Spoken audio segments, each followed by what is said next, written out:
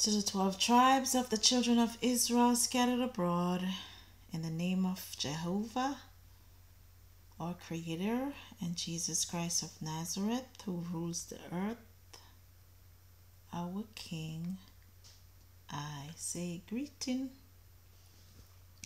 This is a story. The title of this video is The Stealing of Our Doctors, Nurses, Professionals by Other Countries. This one is a heading in the Gleaner. Siaga under close medical supervision, said to be in good spirits. He's in a hospital in Miami. Prime Minister Andrew Holness, that's the Prime Minister. He went to visit him. Siaga is the former Prime Minister of Jamaica. It says he's under a team of he's under medical supervision by a team of doctors, including Jamaican specialists and nurses in a hospital in Miami, Florida. Siaga is 88, battling 2 chronic illnesses and complications associated with them. Now, a lot of the American descendants of slaves, they say, oh, Jamaicans come here and take jobs, this, that, and the other. All Negroes are the same people. We ruled these Americas before the slave trade, before the Europeans, before the $5 Indians. It was a whole bunch of Negroes over here in all these Americas, even in Europe, because the 12 tribes are the people who God Almighty gave dominion over the earth. So, one of the problems we have in Jamaica, Nigeria has a lot of Negroes too from the same tribes, because a lot of them came over here as slaves. A lot of us came over here as children of the apostles, because Christ sent the apostles to the lost tribes of the house of Israel. So wherever they are, we should go. So one of the biggest problems now we have though is other countries stealing our doctors, nurses, builders, everybody. So Siaga traveling to America for treatment, and he wants Jamaicans around him. Why? Because they recruited from Jamaica. They rape the country, rob the country, steal the resources. So our resources, including our people, are everywhere. But Jamaica, you need to rebuild the health care. It's coming along nicely again, but your prayer teams, your prophetesses, your prophets who can heal without the diseases coming upon you in the first place, we need to go back to that. Peter could heal, Paul could heal, Moses.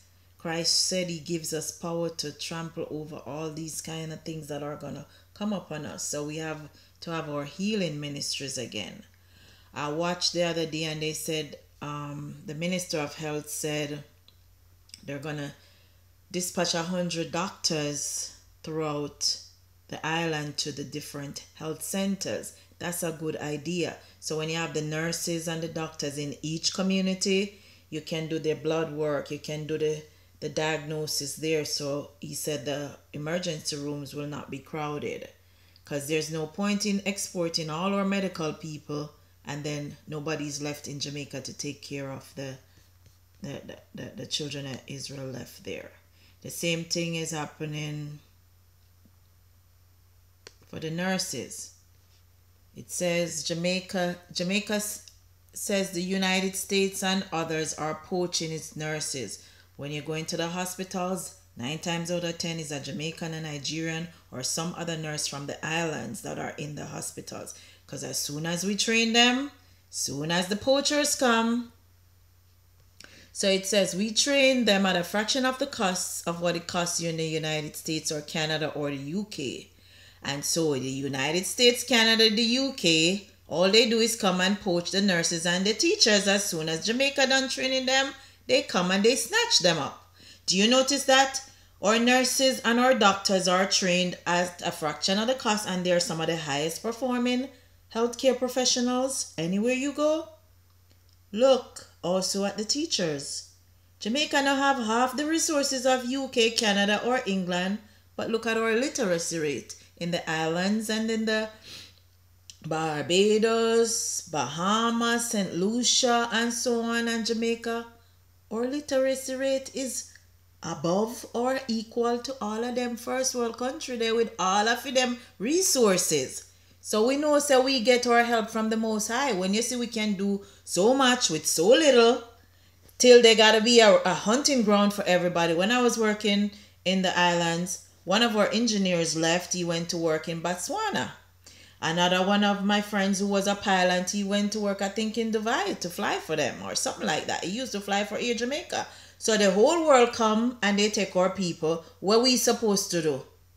We're supposed to make it be attractive for our people to stay in our own lands. Jamaica, if you get the crime right and the covetousness where a lot of Jamaicans have, a lot of professionals would stay. Because we really don't need no whole heap of money to live down there. We just need peace. And the criminals who don't want to work is not causing peace for anybody. The covetous family members who kill them relatives who go abroad, you're not going to get away with that. So make it safe for the professionals to stay in Jamaica and make it harder for other nations to come and steal your healthcare workers. So it's a public health sector lost 200 nurses last year. National Association, Nurses Association of Jamaica. Yeah, so they come and they take the nurses. NHS staff shortage. How many doctors and nurses come from? They come from all over to go to Britain from back in the days, even the Windrush generation, when they came to recruit or skill people, then they use them, strip them of their benefits and try to kick them out of their own lands. Because in case Britain don't know, a lot of those Negroes that you see, they descend from King Arthur and his knights, and they're described as black. Read the book of Le Morte de Arthur, and you'll see they were black, the knights of the round table. Yeah. Okay?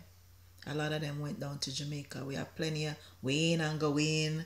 All of them named there. Dwayne, Lancelot. All of them knight named there down at Jamaica. Okay? So, Jamaica to lobby the World Health Organization over recruitment of nurses. Yeah. Jamaica nursing exodus may only get worse. So, that's what they do. They come to Jamaica and recruit the nurses. My sister was also recruited. She used to work in Bahamas. She worked in Jamaica. Now she works in America.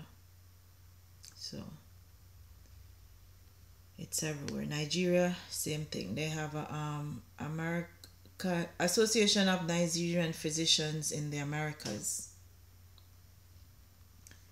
So they have a lot of their medical professionals working in the Americas too, and they say, oh, Nigerians, you need to come back home too and save the country because they don't have enough doctors and they don't have enough nurses, blah, blah, blah.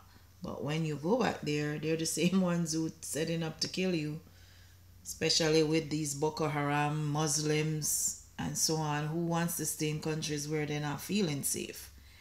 The Muslims are some of the least educated countries on earth. They don't want to educate. They don't want to practice the commandments. Thou shalt not kill. Thou shalt not covet. Thou shalt not rob, rape, steal, kill, destroy. Thou shalt not be pedophiles. They don't want to practice none of that, but they want good societies. That's why you see the Arab countries,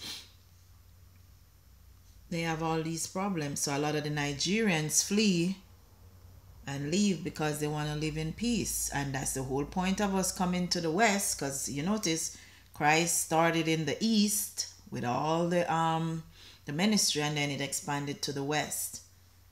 So wherever we are, the Most High is, and all is well. So a lot of Nigerians, they also come to the West as well. But if they would stop worshiping idols, animism, Muslim religion, and all of that, get their own weapons to defend themselves and their countries, rule themselves, they wouldn't have off these problems that they have now. You see how Saudi Arabia is, Pakistan, Afghanistan, Yemen, Trinidad, Minnesota, London, Sweden, all over Europe, France.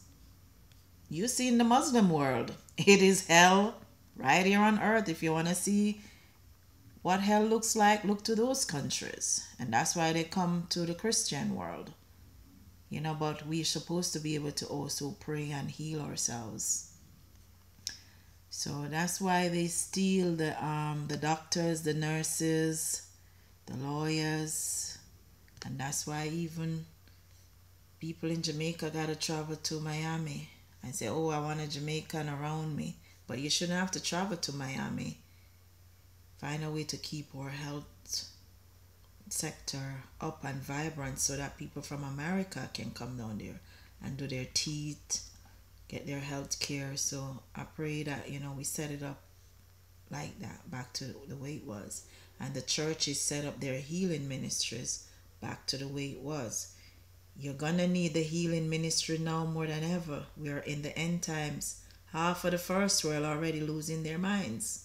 They don't know how to deal with demonic attacks, spiritual warfare. They don't know how to pray and heal those things through fasting, praying, casting out devils. You see people losing their lives in Africa drinking bleach to cast out devils. But what did the Most High say? Some of these things come with fasting and praying, and to cast them out, you also need to be righteous. To be righteous means you have to follow the laws, the statutes, the commandments, the ordinances. You got to follow the dietary laws. You got to keep the Sabbath. You got to not be sinning. So you have to have a righteous branch who not sinning. Then you have them fast with the person who needs the healing. Sometimes you got to fast for 3 days from 6 to 6 or 7 to 7. Then you use the fast in the prayers, the elders, the healers, to cast out those mental sicknesses. Some of it has to do with nutrition. The dietary laws are there to tell us what foods to eat, what foods not to eat. And that helps with reducing sickness. If we can prevent the sicknesses from happening in the first place, we don't need to travel overseas to get healing. Old age comes with its own set of sickness. We know that. But you can pray and do the works with the prayer to get the healing. That's why we can have healthy populations at a fraction of the cost, because faith is a big part of healing. See, they had a prayer. Let me see. So the Prime Minister said, "I assured our former Prime Minister that Jamaica is in a good place and that our economic recovery is being carefully managed to ensure social equity and prosperity for the working class masses of the Jamaican people. I also passed on to him the many expressions of concern, love, prayers, and good wishes for him from the Jamaican people and from his former constituency of West Kingston. Prayer has helped us all our lives. Those people who have no faith, if they want to know our people who survive on faith, it's our people. Personally, it's prayer, fasting, and working and practicing the scriptures to overcome every obstacle. When the doctors told my mom that she wouldn't walk again, and she was like 82 when she had the stroke and she wasn't walking, it was prayer and fasting. And my mother walked again, talked again. She came out of diapers. She was able to feed herself, move, and she lived an extra 4 years. She died at the age of 86. That's proof that prayer works, fasting works. There are many times when she wasn't moving, fasting and praying with her, she started moving again, coming back to life. All these things are in the scriptures. The Most High gave us the power to do these things. We just don't know how to harness them, or we have forgotten, but we need to get back to the scriptures again. How to eat, how to live righteously, how to walk in all the Most High's ways, and He'll give us the desires of our hearts, just like He said He would. So with that, I say shalom and peace.